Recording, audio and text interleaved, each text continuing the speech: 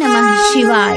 प्यारे भक्तजनों, आज हम सुनेंगे आषाढ़ अमावस्या की व्रत कथा। एक समय की बात है, एक ब्राह्मण अपने पत्नी के साथ रहता था। वो दोनों ही भगवान विष्णु के बहुत ही बड़े भक्त थे। दोनों प्रतिदिन ज्यादातर समय भगवान के ध्यान और पूजा पाठ में बिताते थे। ब्राह्मण का घर धन धान्य से भरा हुआ था, किंतु संतान न होने के कारण यह दंपति अत्यंत दुखी रहता था। एक दिन ब्राह्मण ने अपने पत्नी से कहा कि मैं तपस्या करने के लिए वन में जा रहा हूँ। इसके बाद वह भगवान पर भरोसा और संतान की कामना को लेकर वन में तपस्या करने के लिए चला गया। ब्राह्मण को कठोर तपस्या करते हुए कई वर्ष बीत गए, लेकिन उसके घर फल की प्राप्ति नहीं हुई। अंत में हार मानकर ब्राह्मण ने अपने जीवन को समाप्त करने का निर्णय लिया।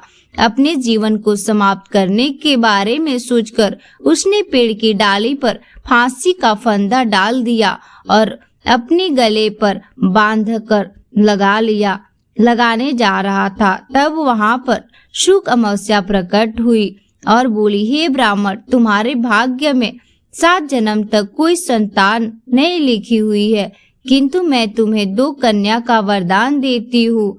तुम अपनी एक कन्या का नाम अमावस्या रखना और दूसरी का नाम पूनम रख देना।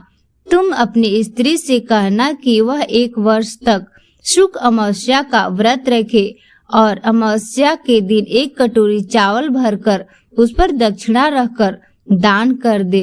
शुक अमावस्या की बात सुनकर ब्राह्मण घर आया और ये पूरा वृत्तांत अपनी पत्नी को बताया।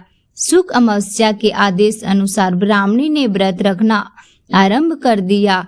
कुछ दिन बाद ब्राह्मण के घर 2 कन्या का जन्म हुआ, जिससे एक का नाम अमावस्या और दूसरी का नाम पूनम रखा गया। जब ब्राह्मण की दोनों बेटी बड़ी हुई तो ब्राह्मण ने उसका विवाह कर दिया। बड़ी बहन अमावस्या धार्मिक प्रकृति की थी।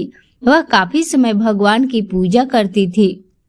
उसके विपरीत पूनम भगवान को बिल्कुल भी नहीं मानती थी। बड़ी बहन अमावस्या के घर में सुख समृद्धि का भंडार था, पर छोटी बहन के घर दरिद्रता छाई हुई थी।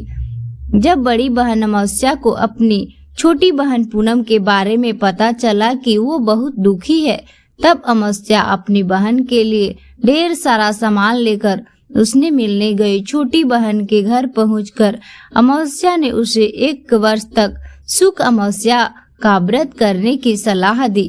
साथ ही अमावस्या ने व्रत को विधि पूर्वक करने के बारे में पूनम को बताते हुए ये भी कहा कि तुम 1 वर्ष तक शुक अमावस्या का व्रत करना और 1 कटोरी में चावल भरकर उसे दान कर देना। ऐसे करने से तुम्हारे सभी कष्ट दूर हो जाएंगे और घर में सुख समृद्धि आएगी। पूनम ने अपनी बहन की बात को मानते हुए बिल्कुल ऐसे ही किया। जिसके 1 साल के अंदर पूनम को धन धान्य से घर भर गया और उसके घर के एक बेटे ने जन्म लिया। तो दोस्तों, ये हमारा वीडियो यहीं तक का है। अगर मेरी वीडियो पसंद आए तो मेरी वीडियो को लाइक करें, शेयर करें और मेरे चैनल पे पहली बार आए हैं तो मेरे चैनल को सब्सक्राइब करें।